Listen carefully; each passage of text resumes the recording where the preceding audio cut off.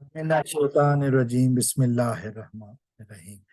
तो आज 12 जून का दिन है और आज मैं बात करूंगा पाकिस्तान में थोड़ी सी सियासी डेवलपमेंट जो हुई है उसके हवाले से थोड़ी सी बात करूंगा। ये हम जानते हैं कि 9 मई के अफसोसनाक वाकयात को बुनियाद बनाकर मौजूदा हुकूमत ने जिस तरह पाकिस्तान तहरीक इंसाफ को क्रैश किया है, उसके बाद और उसमें रहनुमाओं से पार्टी छुड़वाई गई, कुछ ने छोड़ दी और उसके बाद फिर एक नई पार्टी इस्तेहकाम पाकिस्तान के नाम से वजूद में आई। इस पार्टी ने एक काम ये किया कि अमूमन लॉन्च पार्टी जो होती है, लॉन्च सेरेमनी, उसमें कम अज कम 2-2.5 घंटे मंशूर पे बात की जाती है, लेकिन इनका मंशूर तो था नहीं। ये वो सारे सियासी लोटे थे जो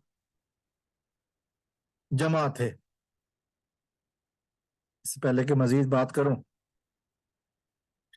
अगर आपने अभी तक मेरा चैनल सब्सक्राइब नहीं किया तो मेरे चैनल को सब्सक्राइब कर लें ताकि हमारा आपका रिश्ता आने वाले दिनों में भी कायम रहे। तो मैं बात कर रहा था तहरीक इंसाफ के लोटों की, जो इस्तेहकाम पाकिस्तान नामी एक पार्टी में गए। इस्तेहकाम पाकिस्तान पार्टी जहांगीर तरीन के नाम से शुरू हुई।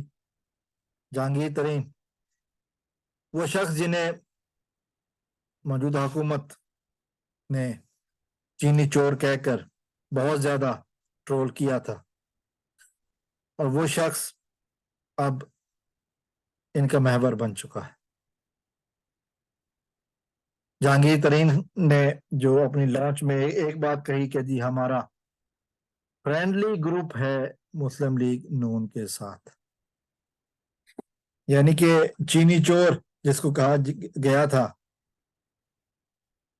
और एक दफा तो आबिद शेर अली ने जहांगीर तरीन के घर के बाहर जाकर वीडियो भी की थी।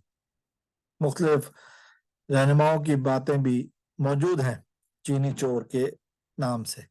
अब वो चीनी चोर जो हैं वो इनके चूंकि रिश्तेदार हो गए हैं, इसलिए अब उनको चीनी चोर नहीं कहा गया। और दूसरी बात जो बहुत अहम है कि पार्टी को अनाउंस हुए 2 दिन ही हुए कि पार्टी के सरबराह जहांगीर तरीन साहब जो हैं वो लंदन रवाना हो चुके हैं।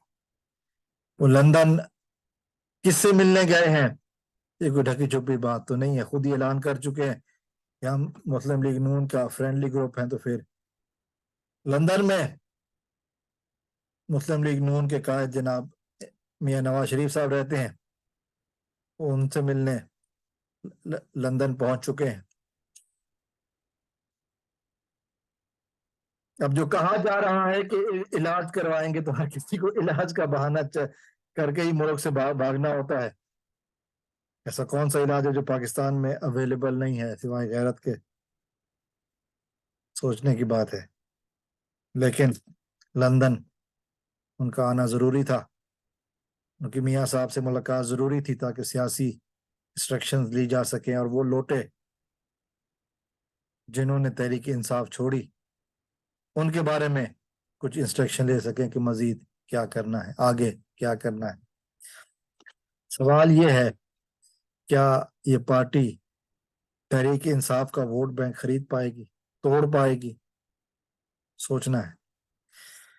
क्योंकि अब तक के जितने भी सर्वे हुए हैं, वो झेलम शहर में जो सर्वे हुआ है लेटेस्ट जो मेरे सामने आया, झेलम शहर में जहां फवाद चौधरी साहब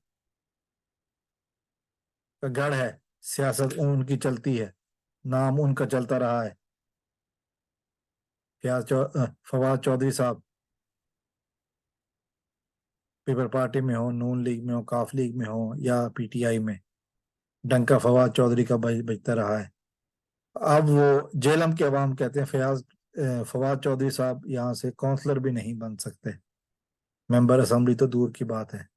صوبائی اسمبلی یا قومی اسمبلی کا ممبر تو دور کی بات ہے، اب کونسلر بھی نہیں بن سکتے. کہتے کون ہے یہ؟ وہاں کی عوام کہہ رہے ہیں کون ہے یہ؟